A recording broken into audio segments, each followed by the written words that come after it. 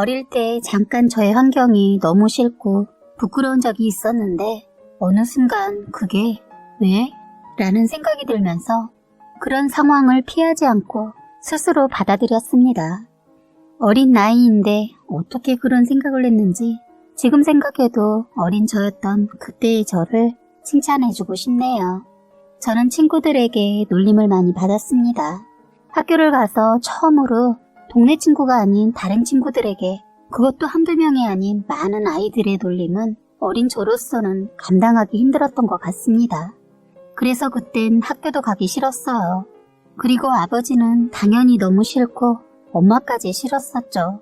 왜냐면 저희 아버지는 장애인이시거든요. 아버지는 어릴 적 열병을 앓으신 이후로 바이러스에 감염되어 소아마비에 걸리게 되었고 그로 인해서 제대로 걷지를 못하게 되셨다고 들었어요. 그런데 반면 엄마는 장애가 없는 비장애인이세요. 저는 엄마가 아빠의 어떤 점이 좋아서 그런 사랑을 했는지 궁금해하거나 이해하기에는 너무 어려서 그땐 그냥 어린 마음에 아픈 아빠랑 결혼했다는 것 때문에 엄마가 미웠어요. 제가 친구들에게 창피를 당하면서 놀림을 심하게 당하니까 더 그랬던 것 같아요. 제일 기억에 남는 것이 초등학교 입학식 때였습니다. 운동장에 애들이 모여있고 학부모님들도 함께 오셔서 애들 주변에 몰려있잖아요.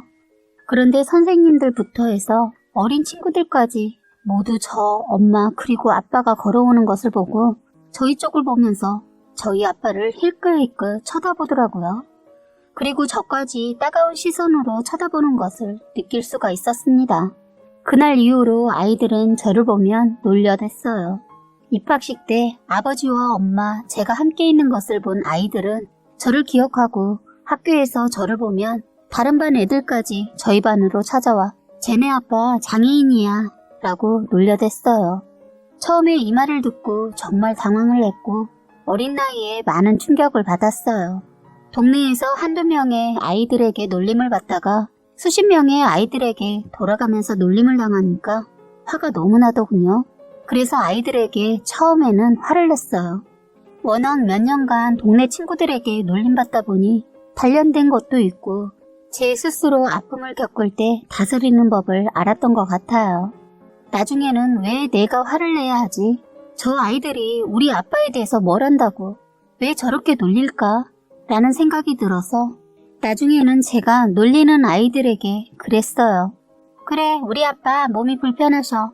하지만 난 우리 아빠가 세상에서 가장 착하고 날 사랑해주시는 사람이라는 걸 알고 있어. 너희들이 보기에는 몸이 불편한 장애인으로 보일 테지만 나에게는 가장 소중한 부모님이야.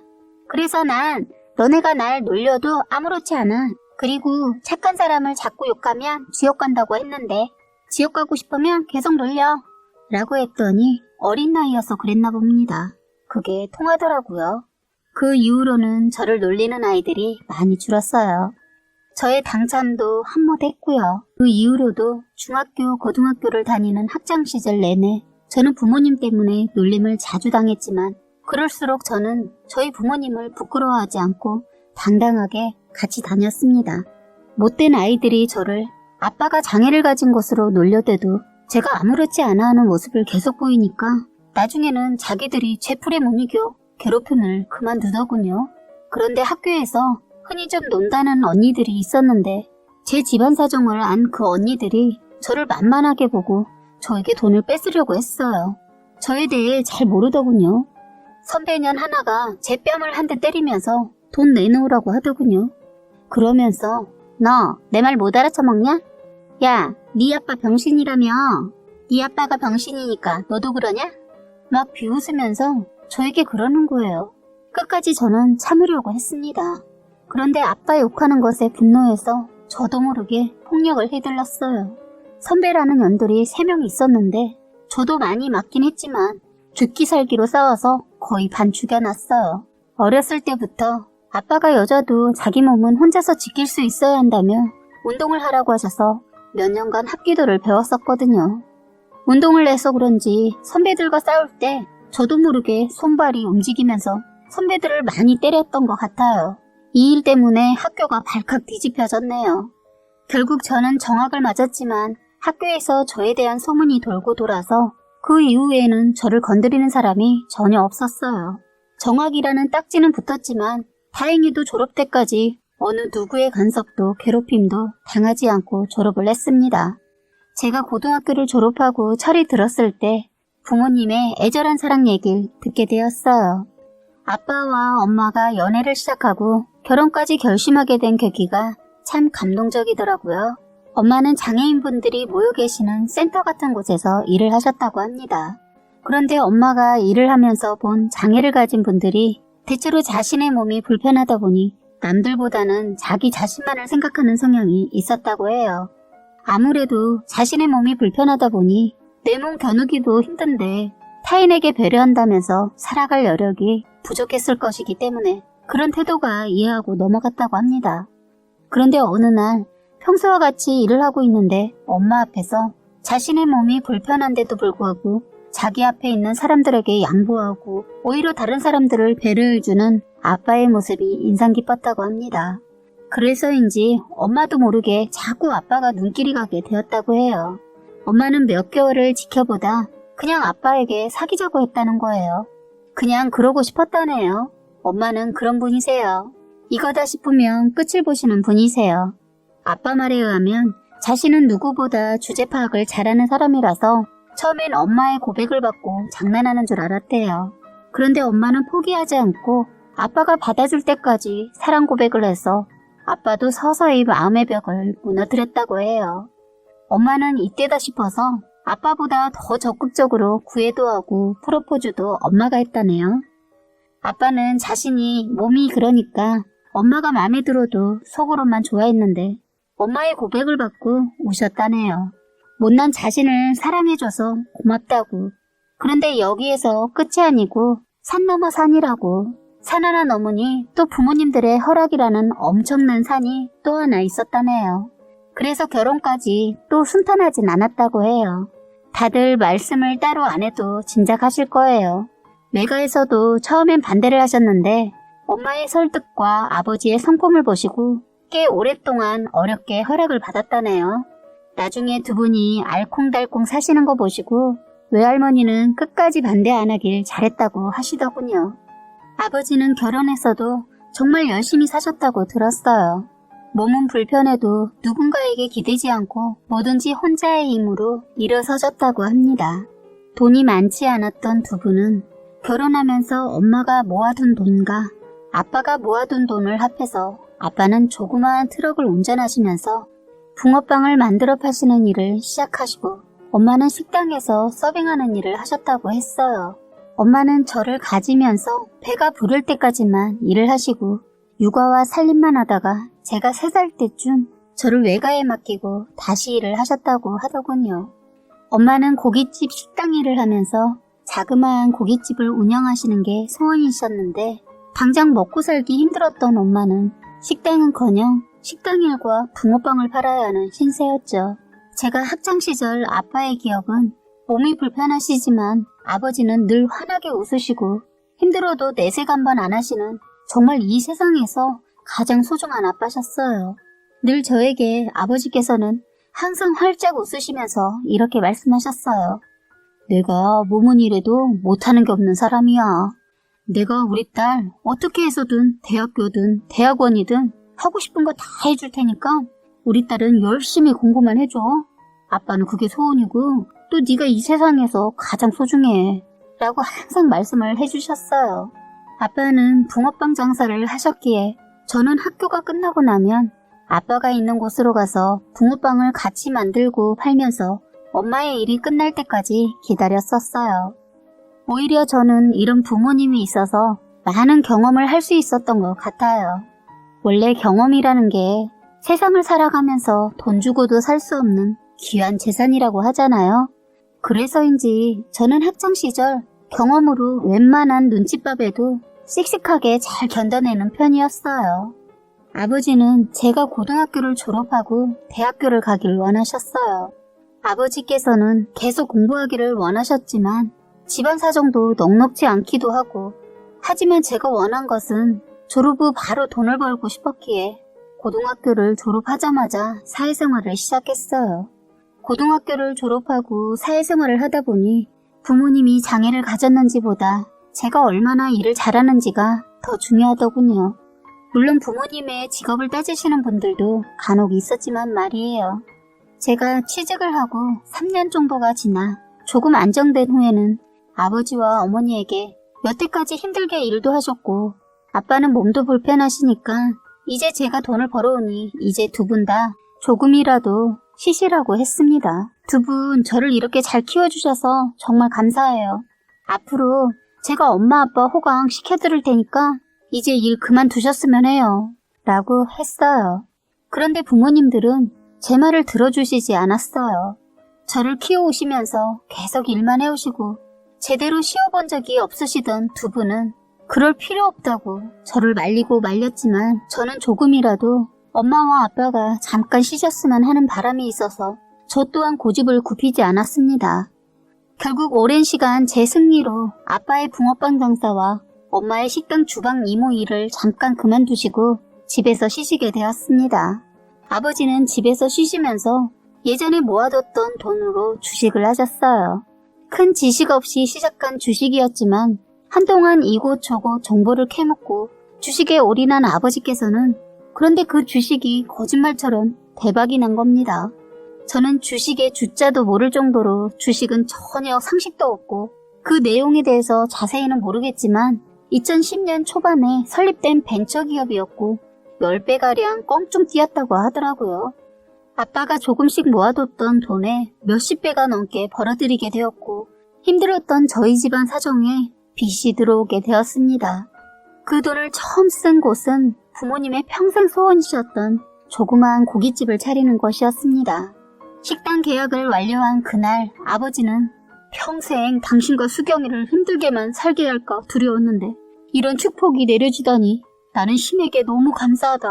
여보, 수경아, 우리 이제 정말 행복하게 살자꾸나 라고 하시며 엄마와 저를 꼭 안아주시더라고요. 그렇게 저는 회사가 끝나고 나면 늦게까지 운영하는 부모님의 고깃집에 가서 도와드리는 일상이 반복되었어요.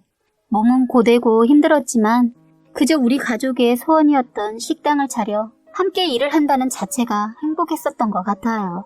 그런 삶이 4년 정도 반복되던 중 저는 저희 회사 거래처 직원이었던 현재의 남편과 만나게 되었습니다. 첫 만남에는 별다른 임팩트가 없었기에 그냥 수많은 거래처 직원들 중 하나일 뿐이었어요. 그런데 나중에 알게 된 남편이 그러더군요. 남편은 저를 본 순간부터 저희 뒤에서 후광이 비춰졌다고 그냥 이 사람이 좋아질 것 같다는 막연한 생각이 들었대요. 그런데 우연인지 필연인지 남편이 저희 집과 가까운 곳에서 살고 있어서 회사 일로 만나지 않더라도 가끔씩 동네 길거리에서 마주치는 일이 자주 있게 되었어요. 저는 나중에 남편한테 한번 물어본 적이 있었어요. 혹시 길 가다 나 만나려고 일부러 자꾸 밖으로 싸돌아다닌 거 아니야? 하고 장난스럽게 물었더니 남편이 그러더군요. 사실 처음 길가에서 마주쳤을 땐 이런 우연이라는 생각이 들면서 자꾸 마주치게 되다가 못 보게 될 때는 괜히 서운하고 생각이 났었다고 해요. 괜히 진짜로 나갈 일이 없어도 집에서 나와 길을 거닌 적도 있었다고 합니다. 저를 보기 위해서는 식당을 가게 되면 되는데 매일 가서 고기를 먹을 수도 없고 그렇다고 가게 앞에서 서성이는 것도 미친놈으로 생각할까봐 그렇게는 못했다고 하더라고요. 그러니까 남편도 저에게 이상한 끌림을 느꼈던 거죠. 저도 그래요. 자꾸 만나게 되다 보니까 계속 보다 보면 정이 든다고 길 가다 만났는데 어느 순간은 괜히 반갑더라고요. 제가 먼저 아는 체를 하려고 하는데 저에게 먼저 인사를 하더군요. 그땐 저도 안면이 있어서 살짝 눈인사 정도만 나누게 되었어요. 괜히 반가운 척을 과하게 하면 저를 이상한 여자라고 생각할까봐요. 그런데 그렇게 길에서 몇 번 인사를 하고 자꾸 얼굴을 마주치다 보니까 어느새 제가 먼저 인사를 하더군요. 괜히 반가운 거예요. 왜 그랬는지는 모르겠는데 그렇게 가까운 거리도 아닌 거리에서 그 사람이 걸어오고 있으면 괜히 반가워서 그 사람을 향해 제가 웃고 있더라고요. 속으로 나 왜 이러니? 저 사람이 널 뭐라고 생각하겠니? 너무 티나게 반가운 척 하지 마. 이번엔 네가 먼저 아는 체 하지 마. 라고 주문을 외우는데도 성격인지라 먼저 어디 가세요? 먼저 말을 걸었더니 그 사람도 저에게 화난 표정을 하면서 묻더군요. 어디 가시는 길인가요? 제가 묻는 말에 답은 안 하고 되려 저한테 묻더라고요. 뭐예요? 동문서답을 하면서 별 말을 나누지도 않았는데 자꾸 웃음이 나와서 웃었더니 이 사람이 저보고 참 성격이 좋으신 것 같아요. 일하면서도 느꼈지만 볼 때마다 그런 생각이 들어요. 제가 아는 사람들보다 다른 것 같아요. 그리고 이런 말을 해도 되는지 모르겠지만 착하신 것 같아요. 이렇게 말해주더군요. 저희는 길 가다 이런 대화를 나눴네요. 너무 신기하죠? 그런데 참 남편이 그러더군요. 제가 먼저 아는 체를 해줘서 너무 고마웠다고. 자기도 말을 먼저 걸고 싶은데 용기가 나지 않았는데 환하게 먼저 웃어주면서 다가와줘서 남편이 자신도 모르게 환하게 웃게 되었다고 했어요. 저희는 그럼 몇 마디 길에서 나누다 그날은 남편이 용기를 내서 손도 벌벌 떨고 입도 벌벌 떨면서 남편이 저의 연락처를 묻더군요. 동네도 가까운데 가끔 술친구 해줄 거냐고 하는 거예요. 저는 흔쾌히 연락처를 주었어요. 그랬더니 몇 번 술자리를 만들어 술을 먹자는 연락이 왔더군요. 그렇게 해서 거래처의 직원이 아닌 사적으로 연락을 하는 친한 사이가 되었어요. 그러다 저희는 술친구가 아닌 여느 연인처럼 데이트 약속을 잡아 따로 바깥에서 만나게 되었습니다. 그런데 이 사람 정말 저랑 코드가 너무 잘 맞는 사람이더군요. 그래서 그때 이후로 저희는 여러 번의 데이트를 하고 진지한 사이로 발전하게 되었습니다. 쉬는 날엔 부모님 가게 도와드리고 짬짬이 바쁘지만 짬짬이 시간 내서 연애를 했어요. 부모님들도 제가 연애하는 것을 알고 무척이나 좋아하셨어요. 만남을 할수록 이 사람이라는 확신이 들자 저희 부모님께 소개를 해드렸는데 이 사람의 인성을 보고 엄청 좋아라 하셨어요. 부모님을 보고 난 이후부터는 밖에서 데이트하는 것보다 가게에서 데이트도 하면서 부모님 일도 도와주는 일이 많아졌어요. 제가 데이트를 하면서도 부모님 걱정을 하니까 저를 배려해주는 것 같았어요. 부모님은 그러지 말라고 하셨는데 자기가 좋아서 하는 일이라고 하면서 자기 일처럼 해줬어요. 아버지는 결혼 전 남편의 그런 모습을 보고 됐다, 사람이 됐어. 우리 딸 수경이가 사람 볼 줄을 아네. 아주 정신이 건강한 청년이야. 아빠는 이제 아무 바람 없다 하셨어요. 아빠는 사실 자신의 모습 때문에 행여나 저의 길에 방해가 되지는 않을까 고민을 많이 하셨는데 그런 거 전혀 개의치 않고 저만 바라보며 사랑해준 남편을 엄청 마음에 들어 하셔서 저보다 더 이뻐하신 것 같았어요. 아들 하나 더 생긴 것 같다고 좋아하셨어요. 그렇게 제 일과 연애 그리고 부모님 도와주는 일까지 하면서 살다 보니까 시간이 빠르게 흘러가는 줄도 몰랐는데 저희 사이에서 어느 날 결혼 얘기가 나오게 되었어요. 그런데 결혼 얘기가 나오자 저는 많은 걱정, 고민을 하게 되었어요. 아직 결혼 전에 남자 쪽은 전혀 저희 집 사정을 모르고 있었기 때문에 어떻게 이걸 풀어나가야 할지 고민이었어요. 그런데 혹시라도 아빠 장애 때문에 결혼을 반대한다면 극단적인 생각도 하고 있었어요. 남편한테는 말하지 않았지만 헤어지는 것도 생각을 했던 것 같아요. 남편은 처음에 제 회사의 거래처 직원이었을 때는 저희 가정설을 전혀 몰랐지만 가게에 와서 식사를 했을 때 저희 아빠를 보면서 그때 당시 남자친구였던 남편은 그런 것을 신경 쓰지 않은 눈치였어요. 그냥 자연스럽게 받아들였던 것 같아요. 그래서 연애를 시작하기 전에도 시작하고 나서도 저희의 대화에서 아빠의 장애에 관한 얘기는 언급이 될 일이 없었어요. 그런데 결혼 얘기가 나오면서부터 아빠의 얘기가 나오기 시작했어요. 참 많은 고민 끝에 결혼을 준비하게 되면서 시부모님을 찾아뵙게 되었습니다. 처음 시부모님을 만나뵈러 가는 날 제가 가진 가장 예쁘고 비싼 원피스를 입고 남편의 어머님 집을 가게 되었어요. 예비 시어머니는 저의 모습을 보고 너무 이쁘시다, 말로만 들었는데 실물 보니까 엄청 이쁘네 하시는데 저를 마음에 들어 하시는 것 같았어요. 감사합니다. 나름 제 옷 중에 제일 비싸고 이쁜 옷으로 신경 쓴다고 하고 왔는데 이쁘게 봐주셔서 기분 좋네요. 너무 떨려서 그냥 속에 있는 말이 다 나왔어요.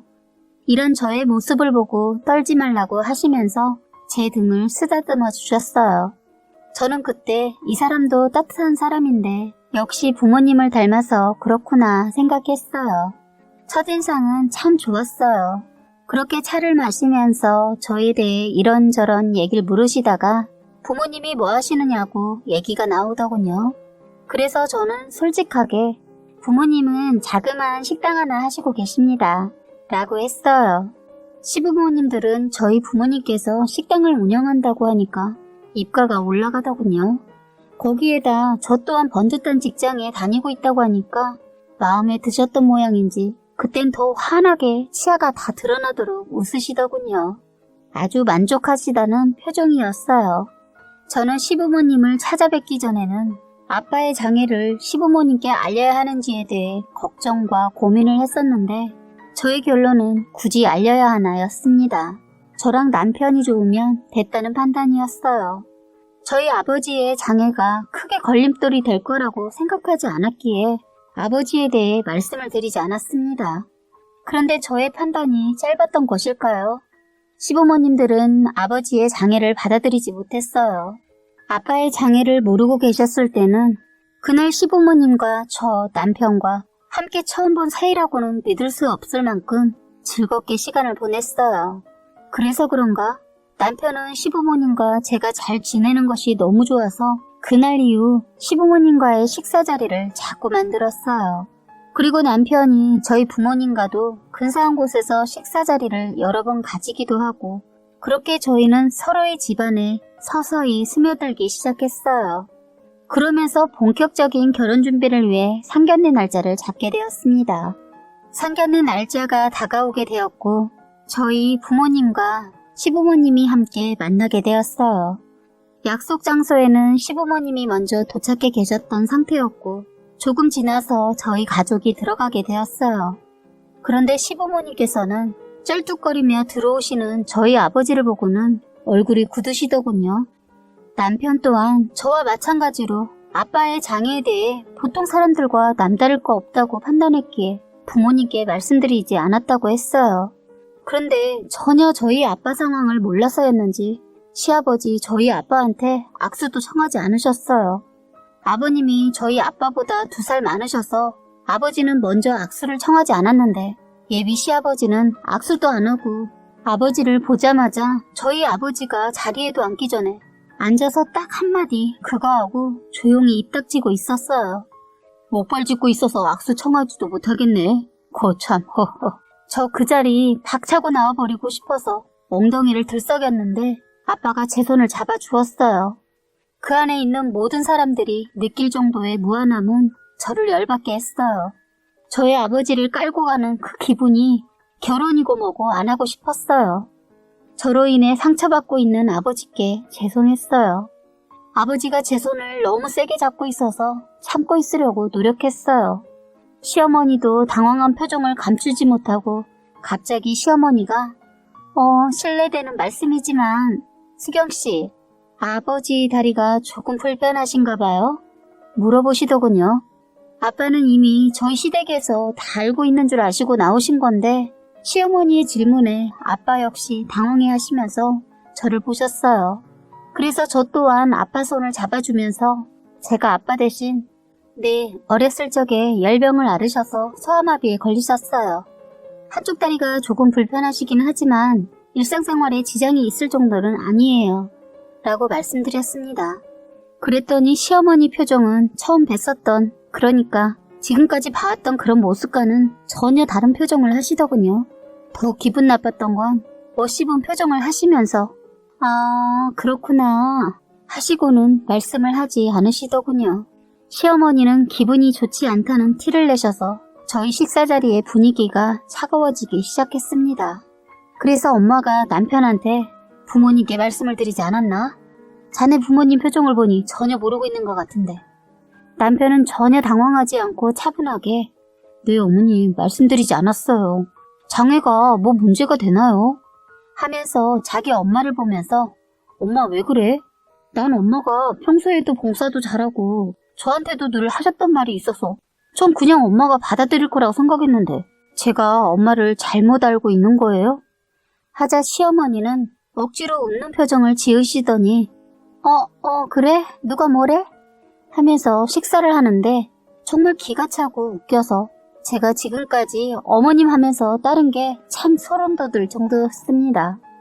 시아버지 또한 식사 내내 굳은 표정을 하시고 한마디 안 하셨어요. 엄마는 애써 침착하려고 애쓰셨어요. 충분히 사돈 쪽에서 몰랐다면 그럴 수 있다라고 이해하려고 하는 것 같았어요. 그런데 말을 너무 심하게 하니까 그게 아버지한테 상처가 될까봐 신경을 쓰고 있는 것 같았어요. 엄마는 대신 아빠를 바라보면서 눈으로 괜찮아? 묻는 것 같았어요. 엄마는 그런 상황에서 한 소리 하고 싶으신 표정이었으나 딸이 사위를 좋아하고 사위 또한 딸을 아끼고 사랑하는 걸 그 누구보다 알기 때문에 참으시는 것 같았어요. 그 모습을 보고 있는데 너무 가슴이 아팠어요. 그런데 갑자기 시어머니 소아마비, 전염병, 모르겠다. 이 말에 엄마가 이성을 잃었어요. 난 사위가 너무 인성이 좋아서 사위의 부모가 누구인지 많이 궁금하고 기대했는데 실망입니다. 어떻게 이런 부모 밑에서 저런 자식이 나왔을까요? 저는 부모님들이 장애인들이나 부러운 이웃 도우는 일에 적극적이라는 말을 듣고 대단하시다는 분이라고 생각하면서 너무 기대하고 나왔는데 참 사람이 이래서 겪어봐야 한다고 하는 거 봅니다. 겉으로 보여지는 게 다가 아니다라는 말을 실감하게 하네요. 지금까지 하고 다니던 봉사가 다 가식이었던 겁니까? 남한테는 장애가 별거 아니라고 생각하시는데 막상 가족이 그렇다니까 못 받아들이는 거냐고요. 아무리 그렇다 쳐도 어떻게 면전에 두고 그런 심한 막말을 할 수가 있죠? 장애가 전염병이라도 되냐고요? 사람을 왜 하급으로 보냐고. 잘났으면 얼마나 잘났길래 나 애들 위해 지금 가시방석인 거 참고 있었는데 이건 아닌 것 같네요. 이런 집구석에 우리 딸이 들어가 얼마나 개고생할지 뻔해서 저는 내 딸 그 집에 시집 못 보냅니다. 엄마는 화가 나셔서 떨리는 목소리로 말하셨어요. 그러자 시어머니 그러시죠. 저도 바라는 바입니다. 어떻게 격떨어져. 하자 엄마가 시어머니 말이 떨어지기 무섭게 이게 말로는 안 되는구나. 뭐 격떨어져? 야, 네가 가진 게 많으면 얼마나 많고 내세울 게 많으면 얼마나 많은지는 모르겠지만 인생 그렇게 살면 안 되지. 말이라는 게 입 밖으로 낼 게 있고 내지 말아야 할 게 있는 거야. 넌 이게 답인 것 같다. 하면서 저희 엄마가 시어머니보다 키가 훨씬 크신데 그날 평소에 신지 않는 굽있는 신발까지 신어서 키가 170 정도였는데 시어머니는 완전 단신이라 150 조금 넘은 것 같았어요. 그런 시어머니를 저희 엄마가 가만두지 않았어요. 그날 시어머니 역시 멋을 있는 대로 내고 나와서 고데기로 이쁘게 말아올린 머리는 엄마에게 아주 유리했죠. 엄마는 가슴에 참 흘린 3번 새기고 화를 억누르고 있다가 결정적인 일이 터지면서 그 화를 다 품어냈어요. 엄마가 워낙 손이 커서 틀어올린 머리 잡기에 딱이었어요. 저희 엄마가 시어머니 한 손으로 꽉 잡았어요. 예비 시어머니도 자기도 당할 수 없어서 그런지 엄마 머리를 잡으려고 했어요. 그런데 키 차이 때문에 잡기에는 역부족인 거 알고 포기하고 저희 엄마 옷을 같이 잡았지만 저희 엄마는 있는 힘껏 시어머니 머리를 잡아채서 바로 돌려버렸더니 꼬꾸라지더라고요. 엄마는 평소에 화를 잘 내지 않는데 한번 화가 나시면 아무도 못 말리는데 그날이었네요. 예비 시아버지도 단신이신데 놀랐는지 엄마에게 달려들었다가 나가 떨어졌어요. 그래도 남자인데 어떻게 저럴 수 있지 했네요. 꼴이 아주 우스웠어요. 한순간에 나가 떨어진 시아버지는 엄살을 부리며 쇼를 했어요. 너 이 여자 사람 잡네. 너 돈 많아? 너 내가 콩밥 먹인다. 너 감히 내가 누구인데 이딴 짓을 해? 하더군요. 시아버지요, 아무것도 아니에요. 그냥 허세가 가득한 분이신 것 같았어요. 돈 좀 있다고 뻐기고 다니시는 그런 분이세요. 그나마 시어머니는 괜찮다고 생각했는데 이분도 시간을 가지고 보니 이런 분이셨네요. 이래서 사람은 사계절을 다 지켜봐야 한다고 하는가 봅니다. 그렇게 해서 상견례 자리가 싸움으로 인해 난리가 아니었어요. 저도 이미 화가 나 있어서 말릴 생각 없었어요. 남편도 자기 부모가 잘못한 거 아니까 지켜보다가 나가 떨어진 아버지한테 그러더군요. 왜들 그러세요? 부끄럽습니다. 저는 아버지가 어머니가 이런 분들인지 몰랐네요. 정말 실망이에요. 하자 시아버지, 뭐야 이 자식아? 너는 부모가 저 여자한테 맡고 있는데 멀뚱히 보고만 있어? 싸가지 없는 새끼. 넌 내 자식 아니야. 당장 내 집에서 나가. 너 같은 자식을 자식이라고. 넌 오늘 내가 먼저 버린다. 하면서 시어머니한테 가자고 하고선 나가버리셨어요. 남편은 부모님이 이렇게 가버리면 결혼이고 뭐고 안 될 것 같아 자기 부모님을 쫓아갔어요. 저도 어느 정도 저희 부모님께 말하고 남편을 뒤따라갔어요. 주차장으로 가봤더니 주차장이 떠나갈 정도로 시어머니 열변을 토해내면서 남편과 시어머니가 말다툼을 하고 있더군요. 너 어떻게 엄마한테 애 부모가 장애인인 거를 얘기 안 할 수가 있니? 너 어때서? 몸이 조금 불편할 수도 있는 거고 내가 수경이랑 결혼하는데 그게 무슨 상관이야? 소아마비 유전되는 거 몰라? 네 나중에 네 자식 낳았는데 다리병신 태어나면 어떻게 하려고 그러는 거야? 엄마 좀 찾아보긴 했어? 소아마비는 유전되는 거 아니고 감염되는 어디 가서 그런 말 하지마. 무식하단 소리 들어.